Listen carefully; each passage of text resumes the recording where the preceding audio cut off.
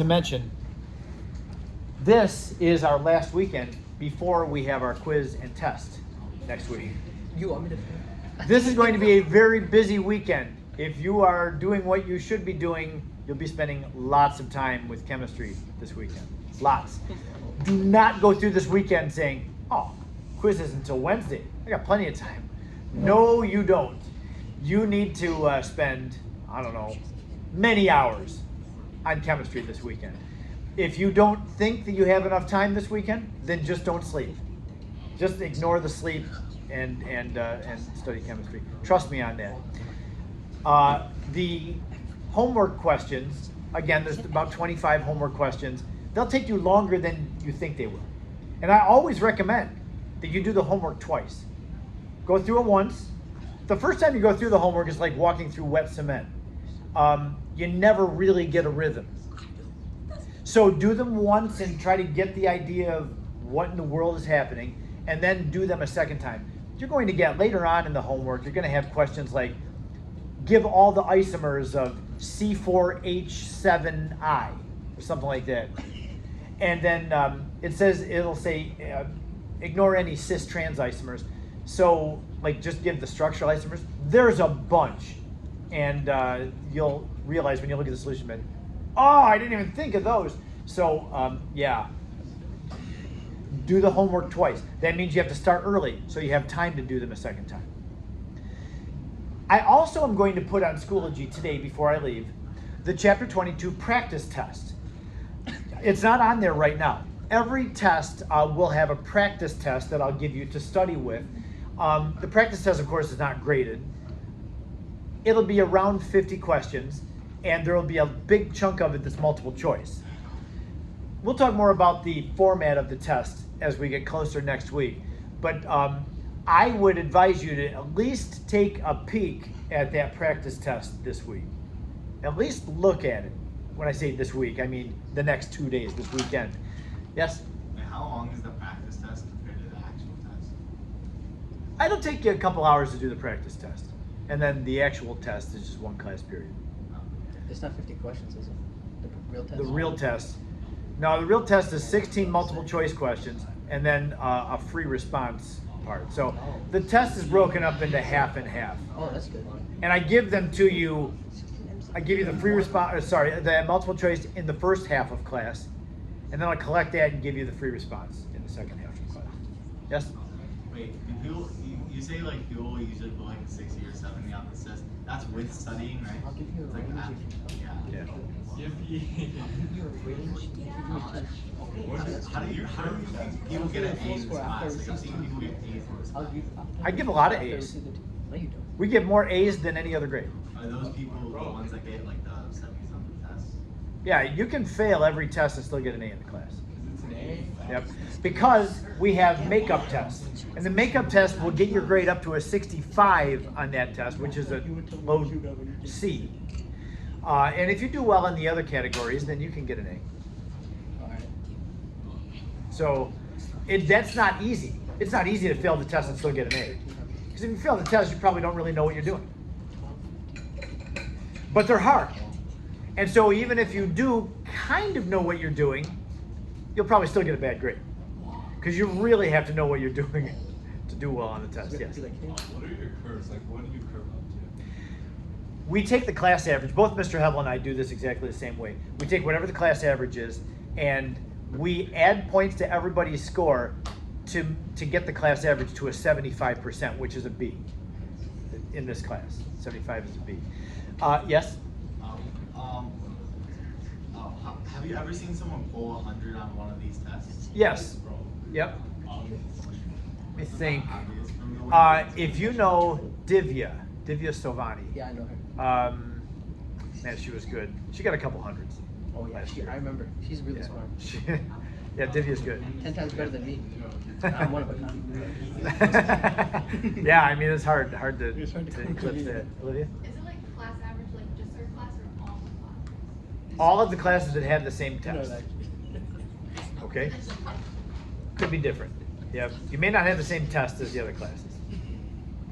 Okay? And I was going to say something. Oh, I do not allow anybody to go over 100% with the curve. Like if you get a 31 out of 32 and the curve is 3 points, I'm just going to curve you up to a 32 out of 32. You don't go over 100%. Most of you don't have to worry about that.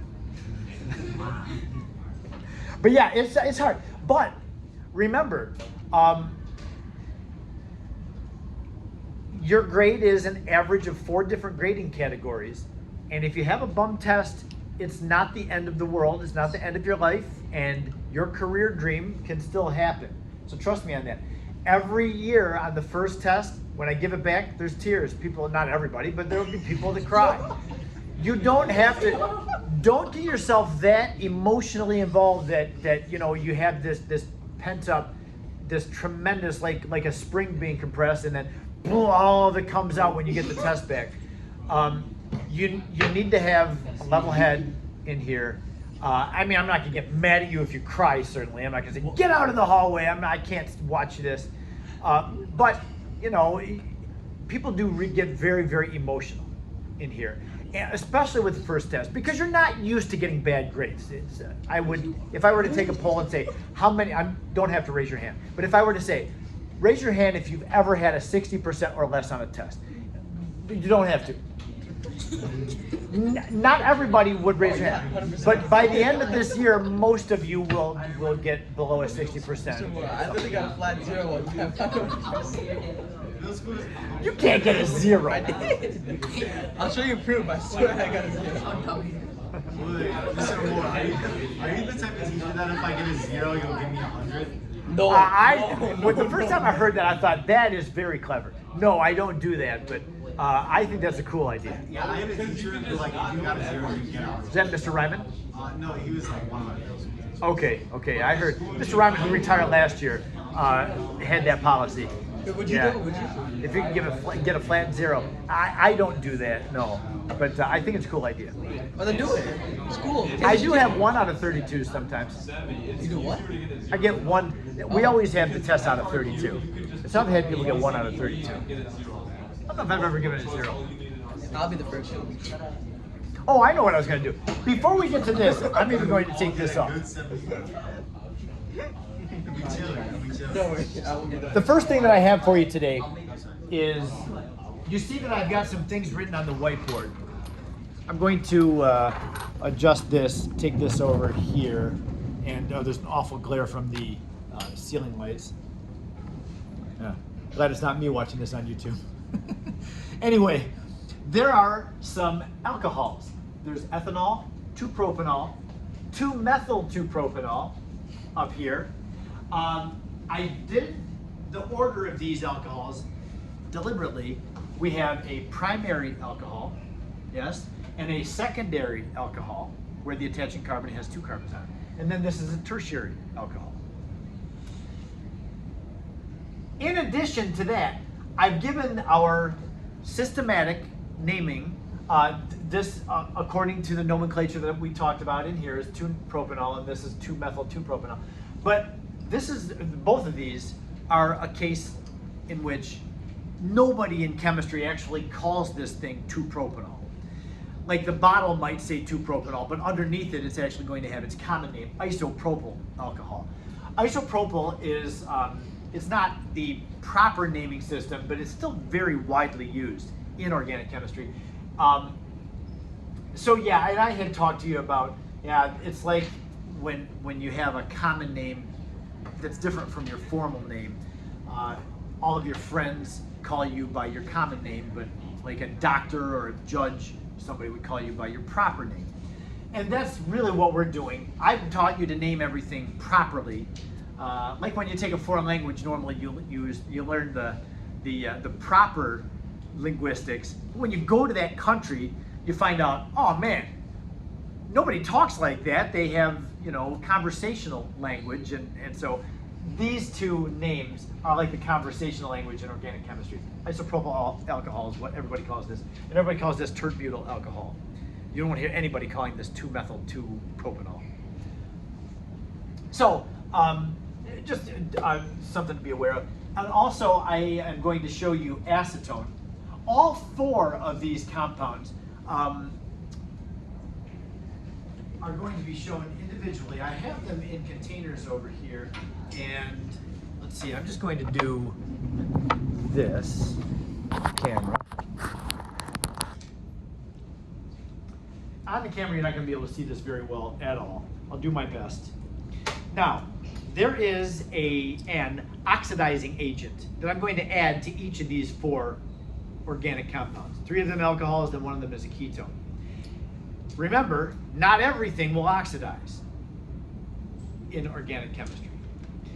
In order to oxidize, we need the carbon to have a hydrogen on it and the oxygen to have a hydrogen on it, so that the hydrogens can be pulled off, and where those hydrogens were, another bond can be made between the C and the O. So we should be able to oxidize ethanol, because it's a primary alcohol, and we should be able to oxidize the 2-propanol, because that's a secondary alcohol. This thing should be able to oxidize into a ketone. These 2 compounds, remember what we talked about with the tertiary alcohols? The carbon doesn't have a hydrogen on it, so this thing doesn't have the opportunity to pull a hydrogen off. It doesn't have a hydrogen on the oxygen, but since the carbon doesn't have a hydrogen, it just doesn't oxidize. You need to have that hydrogen come off so that those 2 can make another bond. And then the acetone is a ketone. By the way, this acetone is not the proper name for this. I should have given, like I did up here. The proper name for this is propanone, but nobody calls it propanone. The whole world knows it as acetone. Okay, so anyway, my oxidizing agent this time is sodium dichromate. What's really nice about sodium dichromate is, as these things, well, if they're oxidizing, the sodium dichromate is going to reduce. There's like a transfer of electrons that's going to wind up happening. As this reduces, dichromate ion will change color. So you'll be able to observe if there is an oxidation happening or not, because if there is an oxidation happening, this will be changing color. If nothing happens, it doesn't change color. So we're going to see that. I'll just put a little bit of each of these into their own vial. So my first one is ethanol. I'll do them in the same order that they show up on the whiteboard. Here's ethanol. On the label I write ETOH, ET for ethanol, and then OH because it's got the hydroxyl group in it. That's a common shortened way of writing ethanol. Okay, I'll leave the flask there with that. And then our next one is isopropyl alcohol. I just have an IPA for that label.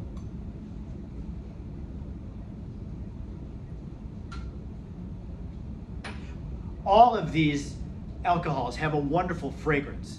I love the smell of alcohol. In fact, I'm going to admit it's kind of freakish, but I totally love being able to smell chemicals. I think it's so, Rich, you had me last year. It's kind of weird, I acknowledge that. But man, chemicals have such cool smells. And at the end of class, I honestly invite you, come up here and smell these alcohol. All of them are alcohols, they all have the OH, they all have their own unique smell. And it's wonderful. And the acetone, of course, you can't beat the smell of acetone. It's so good. So anyway, I'll do these in order. So this is terbutyl alcohol. Many people don't like terbutyl alcohol. I do. I'm not saying I like all smells that I smell, but I guess that would really make me a freak. But these chemicals are lots of fun to know what they smell like. Rishi, I don't know what you're laughing at.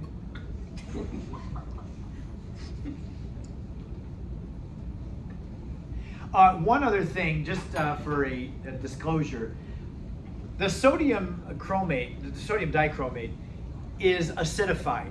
It's not just straight sodium dichromate in water. I did add some sulfuric acid to it because it won't react unless it has acid. It's got to have hydrogen ions. If you remember learning about acids in Chem 1 or Chem 2, acids have an excess of hydrogen ions in them. So yeah, this does not react. Nothing will happen to any of them unless I added some acid to it. All right, so let's go ahead. I'm going to add it to the primary alcohol first. We do expect a reaction to happen. So let's see if anything goes on there with the primary alcohol. Then the secondary alcohol, it's going to turn out that the isopropyl alcohol seems to react even faster than the primary alcohol does. You can see that these are changing color. And in fact, they're going to go through a whole sequence of color changes. It is pretty cool to observe it. It's not real fast, so you have to kind of keep your eye on it, but it's pretty neat as they do that. They've gone to kind of a brown color, but it'll keep changing. Then my tertiary alcohol, it's going to happen with this one when I add the oxidizing agent to it. Then our ketone.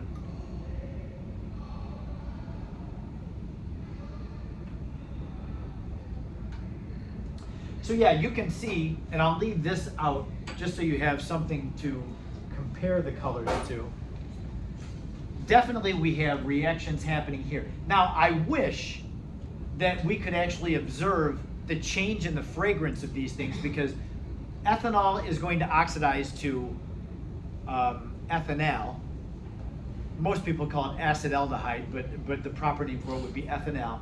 And then remember that an aldehyde can continue to oxidize, and when this becomes ethanoic acid is acetic acid, which is in vinegar. I've never, though, gotten this, even if I add a whole bunch of that dichromate, I can't smell the vinegar at all. All I smell is the ethanol on this, which is wonderful, but it'd be cool to be able to observe a change in the smell. I just don't get it on this one. Now you can see that these are not quite the same color. They kind of blend in, I know, with the tabletop, but they're both still kind of a greenish brown. And if you continue to watch them, they're not done changing color yet. So anyway, kind of cool. And these are not even going to start changing color. Tertiary alcohols, ketones, they don't oxidize, and we have evidence for that here. They just don't have, the carbon that's attaching to the oxygen there does not have a hydrogen that it can give up, so we just have no oxidation. All right. So now today we're going to talk about the final type of reaction. Oops.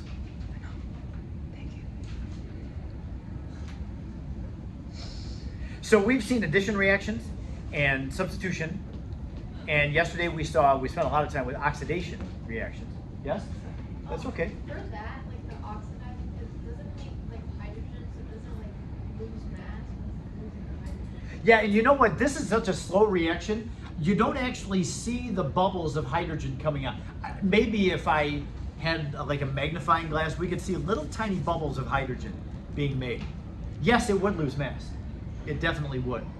But yeah, like I say, slow as can be, really. And this really, the only thing you can observe is the color change. You can't really see the hydrogen. Hydrogen is definitely being made. That's why the reaction's happening. So we got a little bit of a difference in these two. See, the one on your left is a little bit more blue, I think. So blue is the color that they're going to end up. It'll be a nice blue color by the end of the hour. Okay, now with condensation reactions, our final type of reaction, we're going to see three different new compounds, new types of compounds being made as a result of condensation reaction. Now, condensation reactions have multiple different names. You see that I've got in big letters at the heading of for the heading of the slide, condensation. But you can also consider these to be dehydration reactions. You know what dehydration means? Dehydration. D means to take away, and then hydration, you know what hydration is, right? Water, right. We're taking away water. And you'll see that happening with every reaction we have that's a condensation. You'll see water coming out. Condensation, can you show me condensation, the definition of condensation with your hands without using any words? Exactly, yep. If I see condensation, this is what condensation is. It's like things coming together. Or, you know, people will say like this, we think of the water in the air condensing. Condensation, as far as a chemical reaction, is this. It's two molecules that we start with. They come together, but they come together and are smaller than they were individually. And that's because of the dehydration that happens. So here's our first condensation reaction. This one is probably, I don't know if it's the simplest, but it's a nice one. we're making a compound that we call an ester. And esters are made from condensation reactions. You must start, to make an ester, you have to start with an alcohol and an acid. And what happens is, you'll take a container, you'll put the acid into the container and then the alcohol, and you'll heat it up. I don't show the heating in my arrow here, but it does need to be heated up. And after you heat, or while you're heating it, what happens is the acid, and we know what a carboxylic acid is, it's got a C double bond O and an OH on it. The OH you notice is in red. The H on the alcohol is in red. So the OH comes off of the acid, the H comes off the alcohol, and those two come together and make our water molecule. So out goes the water molecule from our organic reactants, and they'll come together. So the carbonyl carbon here will join up with the oxygen that was on the alcohol, and it will make this connection. When you have a C that has a double bond to an O and an O in the middle of a carbon chain, that's an ester that was made, an ester. Esters are wonderful molecules. My favorite chemistry lab that I ever did, I've done a lot of chemistry labs and it's so much fun. Even when I do a chemistry lab for the 30th time, it's so much fun. My favorite one though was one that I did in high school, and I have not done, I have never had a class of my own do this lab. It bums me out. The reason I don't is because we have an organic chemistry one semester class that I've never taught that does the lab, that makes esters, and I don't want to have like an overlapping thing because it's such a good lab. I want that to be the organic, I want the organic teacher to have that chance to do it. But anyway, when I was in high school, I had an advanced chemistry class. We didn't have AP chemistry at my high school. It was around back then, but our high school didn't teach it. And our teacher said, okay, all groups are going to make a different ester. And so she gave every group in the class a different combination of acids and alcohols. So some acids had 2 carbons on it, some acids had 3, like propanoic acid, some were butanoic acid. So they were different size acids, and we all had different size alcohols. So a different combination of acid and alcohol at every station. And she told us, okay, combine your acid and alcohol, heat it up, and after about a half hour or so of heating, she called all of our attention. She said, okay, now I want you to go around and smell everybody's flask. Smell what everybody has made. This is where I think my infatuation started. So we go and we smelled our own. Oh my gosh, it smells just like bananas. It smelled just like bananas. And then we went to the next station. That smells just like peaches. Then we go to the next station. That smells like apples. We go to the next one. Yours smells like vanilla. Every ester, every different ester. So all you have to do is vary the length of the chain there, and you'll get a different fragrance that's familiar to you. Fruits produce esters. That's what gives them their own unique fragrance. It's so cool. So I'd love to be able to do this with you, and I'll just let you check that out. It was so much fun. So, yeah, depending on the length of the carbons on both sides of that ester connection, you get different familiar fragrances. So this is what you want to look for. Now, I'm going to stop here with esters and say we don't have to be able to name esters. It's not that complicated, but I'm going to just, we can't do everything in this class, so we will not be naming esters. Just be able, if I were to give you an acid and alcohol and say, hey, react those, you would be expected to write the structure of it, but you don't have to give the name. And if I gave you an ester, I would ask you something like, well, what compounds were used to make this ester? Would you be able to do that? You know that the ester was produced when that oxygen bonded to that carbon. So if I just give you an ester, you're going to have to recognize, oh, okay, so this bond right here has to be broken. Oops. Sorry. That bond has to be broken. And then that was what originally an acid. So I know OH goes back on that carbon, and the H goes back on that oxygen. Because look at what they started. They started with the acid having the OH on it. So we got to put the OH back on the acid. So really you have to undo that ester connection and figure out what it was at the beginning. That's not an easy exercise. Jesse? What makes an acid from the structure? An acid is a compound that when you put it in water, it releases a hydrogen. So that hydrogen at the end of the acid is what makes it acidic. When you put this thing into water, that hydrogen is not tightly held on to that molecule, so it can pop off. And it increases the concentration of hydrogen ions in the water. That's what makes it an acid. Did you learn about that in the second semester of last year? Yeah, but like from the structure, I don't. Oh yeah. Like these hydrogens, they're pretty tightly held onto the carbon. But when you have an OH, because it's so polar, really, we're going to talk a lot about acids and bases in this class. When you have a weak bond holding a hydrogen on a molecule, normally that's what makes it an acid. Sebastian?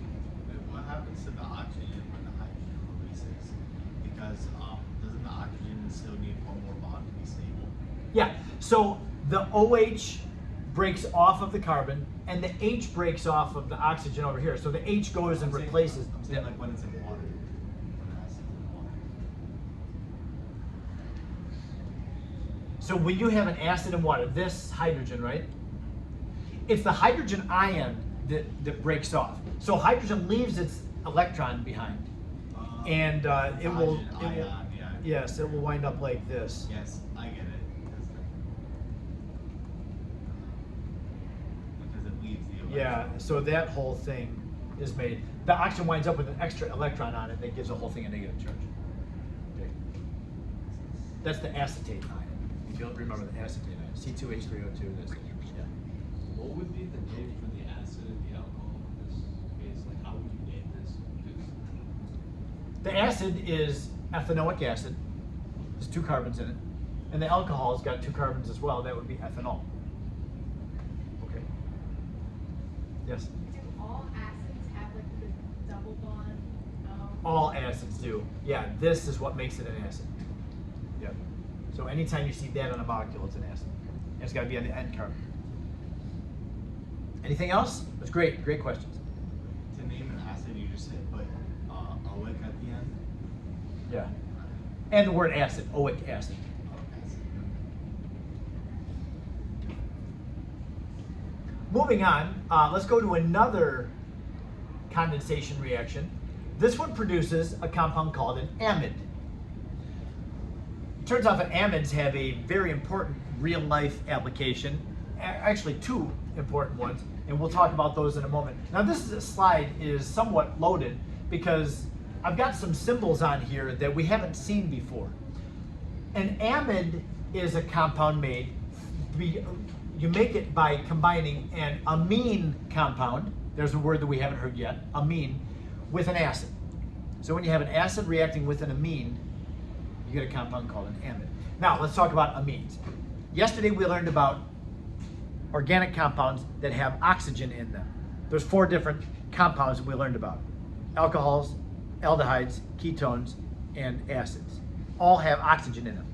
A compound that's organic that has nitrogen in it is considered an amine. So it's a nitrogen compound. That's why I have, and another thing, I know I did all of this kind of at once, the R term.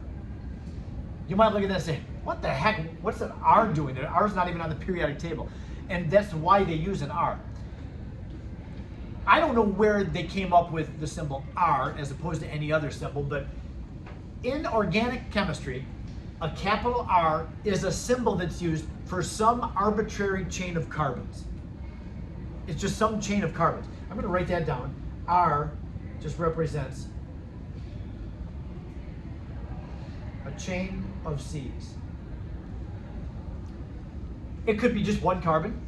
It could be 10 carbons. It's just some generic symbol for some carbons. If you look at an organic chemistry book, you see R's all over the place. And it just is there to represent, you'll see like on the next slide, I'll use things like this. So we have some chain of carbons, then an oxygen, then some other chain of carbons. So that is just a symbol that is used all over the place in organic chemistry. Now, to name an amine, all you have to do, pretty simple. When you name amines, just use the word amine at the end. So that means something like CH3NH3, not NH3, sorry, NH2. Oh, by the way, nitrogen is right next to carbon on the periodic table. Nitrogen has 5 valence electrons, so that means nitrogen has a lone pair of electrons. That lone pair means that nitrogen can only make 3 bonds. So every nitrogen in any amine gets 3 bonds. Oxygen is 1 over from nitrogen. Oh, it only gets 2 bonds because it's got 2 lone pairs. So yeah, you'll see every oxygen in every compound has 2 bonds. Nitrogens have 3 bonds. So remember that. Now, that's why I had NH3 there. So, oh no, it's not NH3, it's NH2. Because it's got a bond to the carbon. The nitrogen has a bond to the carbon and then 2 hydrogens on it. So this thing would be called methylamine.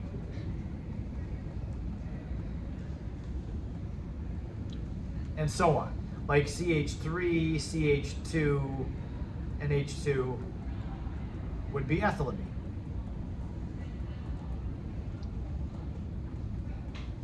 You don't need to spend a whole lot of time on that. There's not very many things in the homework or in the practice test that have anything to do with amines.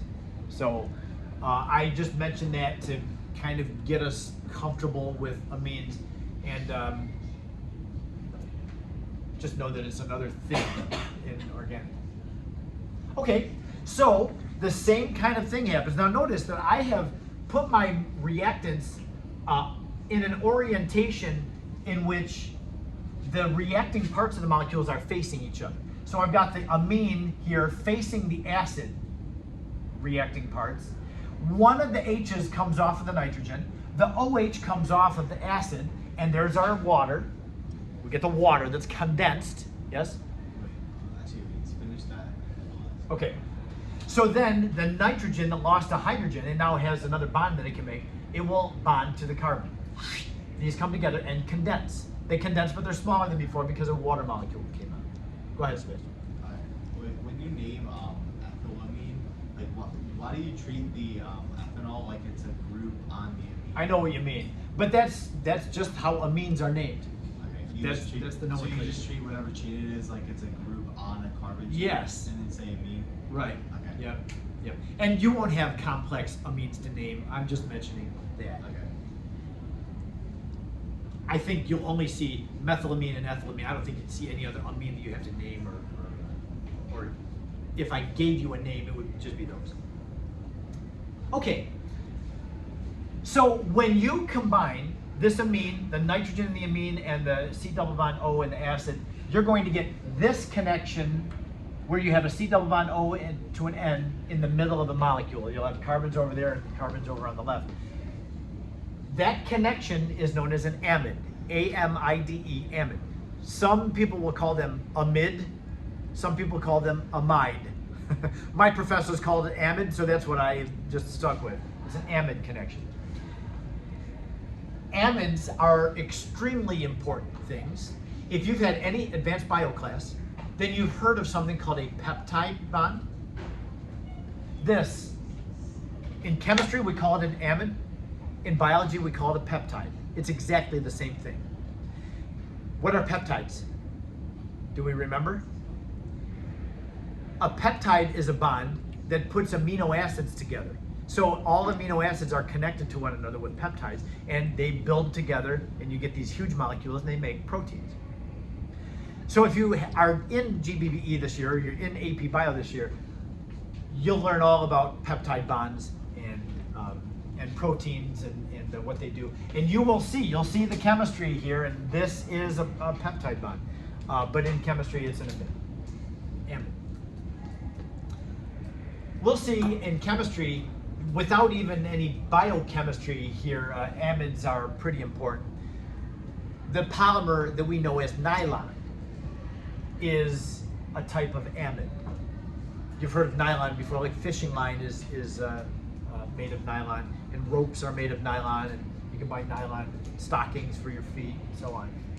Criminals put nylon stockings over their head, you know, they used to do that back in the 70s. So you can't recognize them.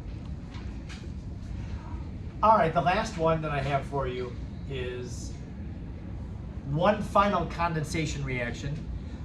This one is the production of something called an ether.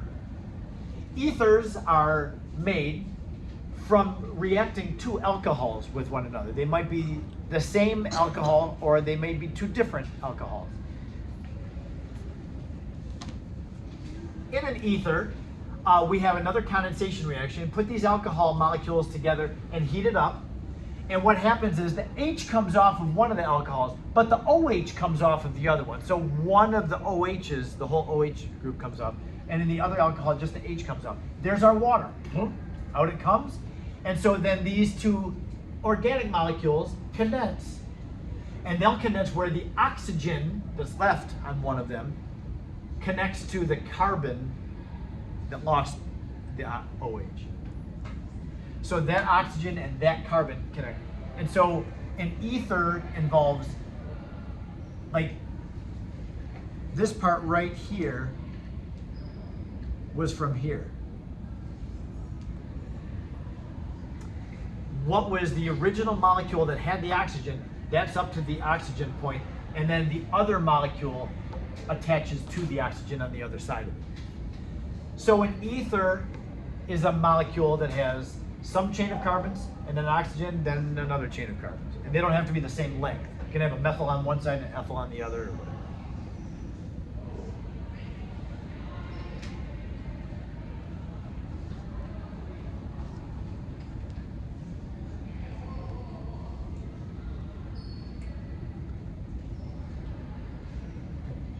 Ethers are extremely flammable, and they're used sometimes to help people to start engines that are giving people trouble that just don't seem to be starting. Like if you have a small engine, like a lawnmower engine or a snowblower engine or the snowmobile, something like that, and it's just not starting. Maybe it's sat for a long time.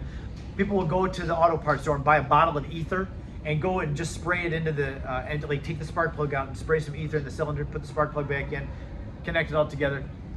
Ether is really, really flammable. So that's the use that I know of ether today. I don't know what else ethers are used for. There's probably some application within chemistry. But ether actually used to be used 100 or so years ago, or maybe even more than that, before there were pain-killing medications for our mouth. Dentists used to use ether. Like when a dentist had to pull a tooth out, he would take a swab and dip it in ether and then just put it around, you know, your gums and pull your tooth out like that. Ether does have a numbing effect, but it's nothing like the Novocaine that the dentists use now. I mean, when we go to the dentist, if you ever had to go to the dentist and get a cavity filled or have your teeth drilled at all, it's awful. Just the sound of it is awful. And people always worry about, oh, the shot. And if you've ever had a shot in your mouth, it hurts. But it's worth it because all the work that the dentist does, then you can't feel any of it. Ether was decent. It was better than nothing, but it wasn't that great. And there were dentist offices actually that would explode because the dentist would be using ether to numb the patient, but it's so flammable that the vapors would start to fill the air. And back in those days, switches would actually cause a spark. And so, you know, somebody would switch the light off or on or whatever and spark, boom, you'd have the dentist office blow up. So there was a little bit of an inherent danger in having your teeth worked on in the dentist office. You never know when that office is going to blow up. So anyway, some history about things that you really care about a lot. Different alcohol?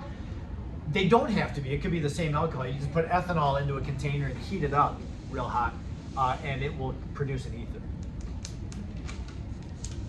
So yeah, it could be the same. Yes?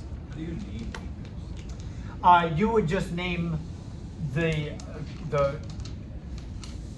chain of carbons on the left and the chain of carbons on the right. Let's say that I have 2 carbons on this side and 1 carbon over there. It would be methyl ethyl ether. That's it. And the most common ether is diethyl ether, where you got an ethyl on both sides of it. So you just heat up ethanol and you can get diethyl ether. Yeah, that is so common that we just call diethyl ether ether. And everybody, if I just say ether, everybody knows in chemistry that's diethyl ether, because that's the most common by far that's used. Okay, I am going to now switch gears. We're going to go into something else. Any questions about condensation reactions? So 3 condensation reactions we need to know: the formation of an ester, formation of an amide, and the formation of an ether. They all pretty much, if you go back and look at how they're done, they're all pretty much the same. Where you have an OH coming off of something, an H coming off of something, the water molecule is removed, and then the rest of those molecules just come together. They condense. Now, in the last 12 or so minutes of class, I'd like to introduce one last thing that leaves one topic that we'll have to cover on Monday and Tuesday next week. I always try to not give too much new information on the day before a quiz, because you have a quiz the next day on it. So yeah, I'm going to try to really blitz the last topic, which is on polymers, on Monday. So the last thing for us today is a type of compound called an aromatic compound. Now, I'm going to actually take us all the way back to hydrocarbons, just simple hydrocarbons, C's and H's only. All of the hydrocarbons that we learned about at the beginning, up until now, have been what we call aliphatic compounds. Now, I never used that word until now because I didn't have to use it. I only used the term aliphatic so I can contrast that with aromatic. Let's see. This is a molecule that we talked about one day. You remember what this one is? Yes? Cis? What? Cis-2-butene. Cis-2-butene. There it is. Cis-2-butene, like all compounds that we've seen already, are considered aliphatic. Aliphatic means, and this is going to be like a duh moment for you, but I'll explain why I'm telling you this. Aliphatic means that all of the electrons belong to the atoms that they're sharing with. All of the electrons belong with the atoms which are sharing them. And of course they are. What I mean by that is this. If I just grab this carbon to hydrogen bond, you see that stick, the stick that I'm touching right now. That stick represents 2 electrons. Those 2 electrons, one came from the hydrogen, one came from the carbon, and those 2 electrons are being shared only by the carbon and this hydrogen. Those 2 electrons have nothing to do with that hydrogen over there. That hydrogen has no idea that those 2 electrons are even there. That's all of the electrons in this molecule. And then another term that we use for this is the electrons are localized. They're localized, which means that the electrons are with the atoms where they came from, or they're with the shared atom. So even in my double bond, I'm sharing 2 pairs of electrons. Not I'm sharing, these 2 carbons are sharing them. One of them is a sigma bond where the electrons are specifically right in between the 2 carbons. That's a sigma bond. The pi bond is the second bond. It's where the electrons are being shared above and below. Another pair of electrons are being shared. But even though the pi bond, even though they're not right in between the 2 carbons, they're still only shared between those 2 carbons. Like the carbon over here doesn't have any stake in those pi electrons at all. Those pi electrons belong to those 2 atoms. So all of the electrons are localized to the atoms that they belong to. Now, in contrast, in an aromatic compound, and they're really, when these when these compounds were first discovered, the scientists realized, oh, they have a wonderful fragrance to them. So they called them aromatic, and that name just stuck with them through the years. It really has nothing to do with the chemistry of it. It's just the fact that they smell nice. So this is an aromatic compound. It is a 6-membered carbon ring. Don't you ever call this carbon ring cyclohexane. Cyclohexane is a 6-carbon ring that has all single bonds. This one does not have all single bonds, as you see. It has alternating single, double, single, double, single, double. That makes this compound very unique. In this compound, there's several things about, and it's called benzene. The benzene ring is what this compound is. One thing about it I want you to notice is that there's 12 atoms in this thing, 6 carbons, and each of them have a hydrogen on them, so C6H6. All 12 atoms are all in the same plane. It's a planar molecule. 12 atoms all in the same plane, as flat as can be.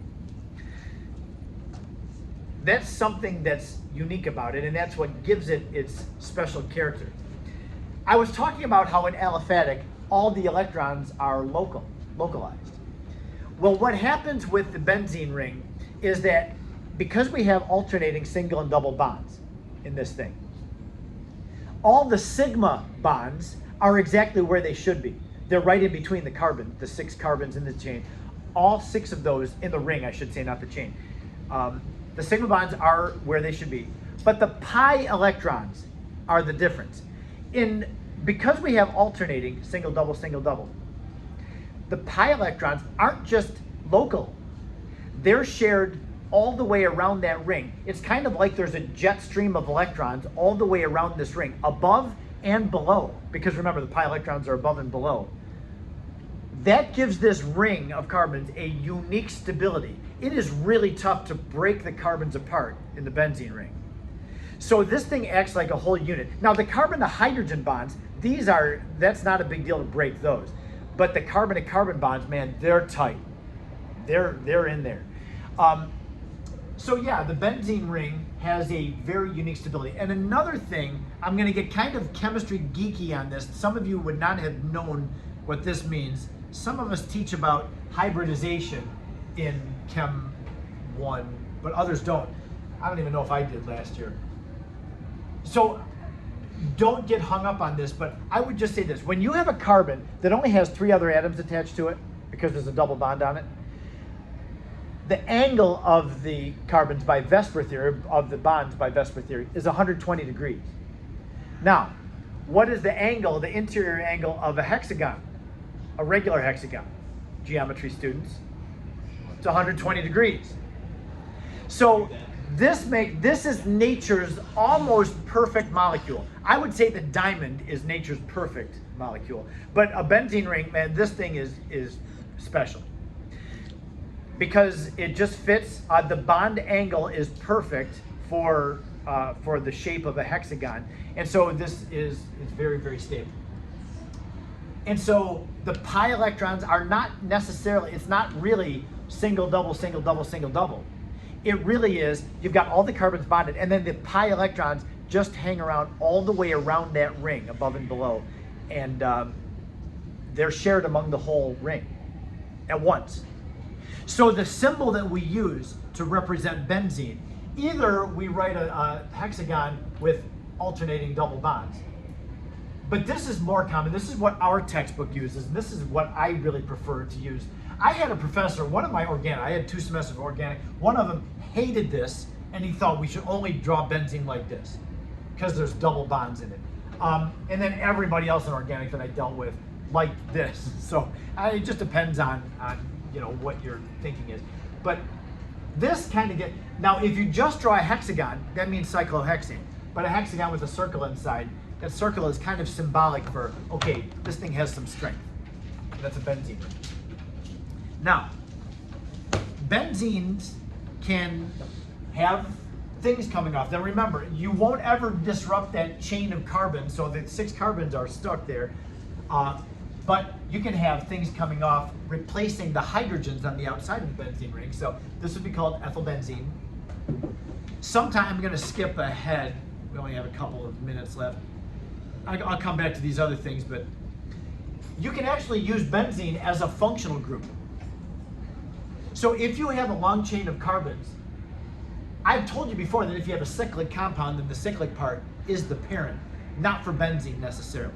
You can use benzene as a functional group. Now, it's weird because we don't name benzene when it's a functional group. We don't call it a benzyl group like we do for methyl or ethyl or whatever. You'd think we just call it benzyl. It's not.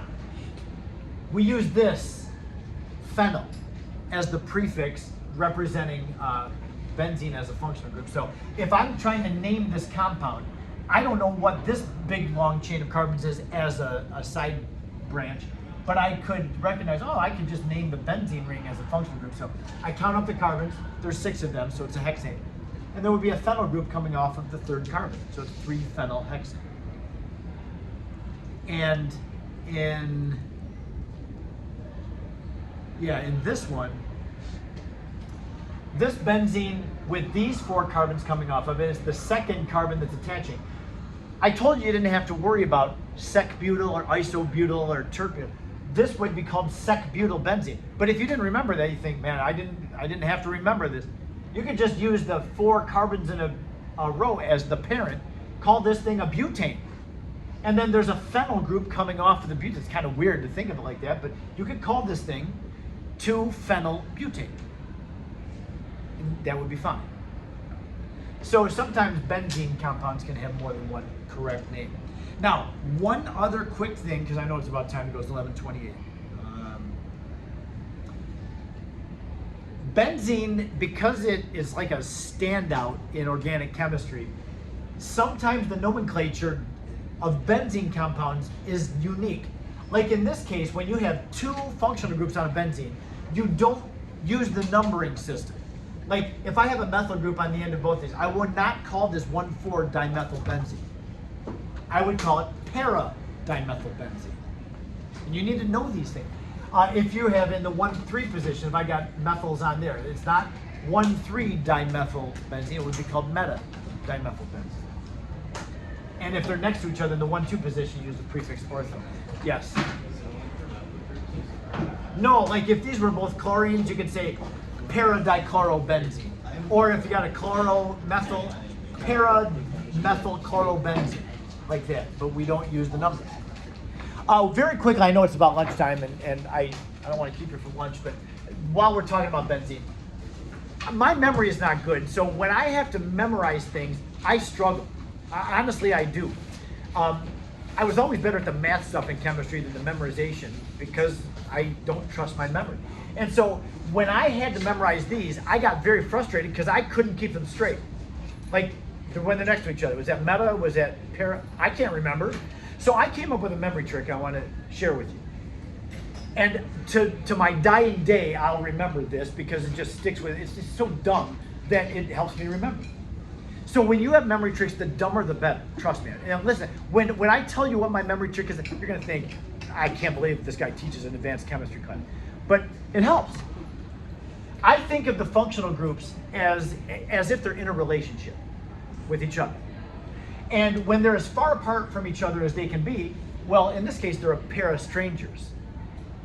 Right? As far as they can get from each other, they're a pair of strangers. They haven't even, they're just a pair of strangers at that point. But at this point, now they're closer to each other, getting closer in the relationship. Well, they've just met. Okay? They're closer than they were here. They've just met at this point. What about at this stage of the relationship? I think to myself, oh, baby, they're close now. So the oh, baby represents the ortho. Oh, they're close now. So I've got a pair of strangers, they just met, and then, oh, baby, they're close now. So that, take it for what it's worth. Good luck on this.